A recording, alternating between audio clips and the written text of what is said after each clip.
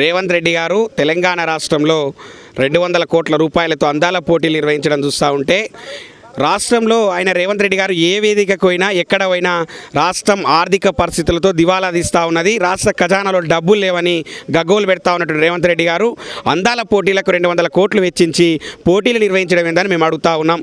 రేవంత్ రెడ్డి గారు నిర్వహించినటువంటి పోటీలలో తెలంగాణ ఆడబిడ్డల యొక్క అస్తిత్వాన్ని, వారి యొక్క ఆత్మగౌరవాన్ని దెబ్బతీసే విధంగా వారికి ఆ యొక్క మిస్ వరల్డ్ పోటీలో పాల్గొనడానికి వచ్చినటువంటి అందాల రాసుల యొక్క కాళ్ళు దుడిపించడం, కాళ్ళు కడిగించడం చూస్తూ ఉంటే రేవంత్ రెడ్డి గారు సోనియమ్మ కాళ్ళు కడిగినట్టు, రేవంత్ రెడ్డి కాళ్ళు కడిగినట్టు, చంద్రబాబు నాయుడు కాళ్ళు కడిగినట్టుగా ఈరోజు తెలంగాణ ఆడబిడ్డలను విదేశీ మహిళల యొక్క కాళ్ళు కడిగించడానికి ప్రయత్నం చేసినటువంటి రేవంత్ రెడ్డి చూస్తూ ఉంటే సిగ్గుచేటు అనిపిస్తూ ఉన్నది. తెలంగాణ ఆడబిడ్డల యొక్క అస్తిత్వాన్ని, ఆత్మగౌరవాన్ని అందాల రాసుల యొక్క కాళ్ళ వద్ద తాకట్టు పెట్టడానికి ప్రయత్నించిన రేవంత్ రెడ్డిని తక్షణమే తెలంగాణ ఆడబిడ్డలకు తక్షణమే క్షమాపణలు చెప్పాల్సిందిగా మేము డిమాండ్ చేస్తూ ఉన్నాం.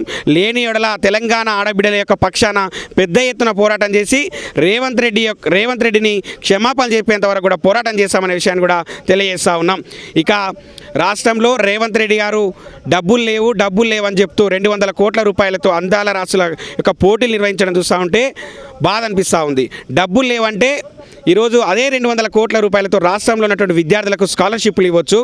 మీరు ప్రకటించినటువంటి 6 గ్యారెంటీలు, 420 హామీలు అమలు చేయడానికి పూనుకోవచ్చు.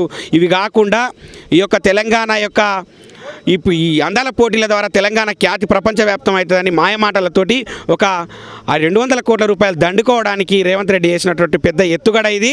రేవంత్ రెడ్డి గారు మీరు గుర్తుపెట్టుకోండి, ఈ యొక్క అనవసర యొక్క ఆలోచనలకు, రాచరిక పోకడలకు పోతే మీకు బుద్ధి చెప్పడం ఖాయమనే విషయాన్ని కూడా తెలియజేస్తూ ఉన్నాం.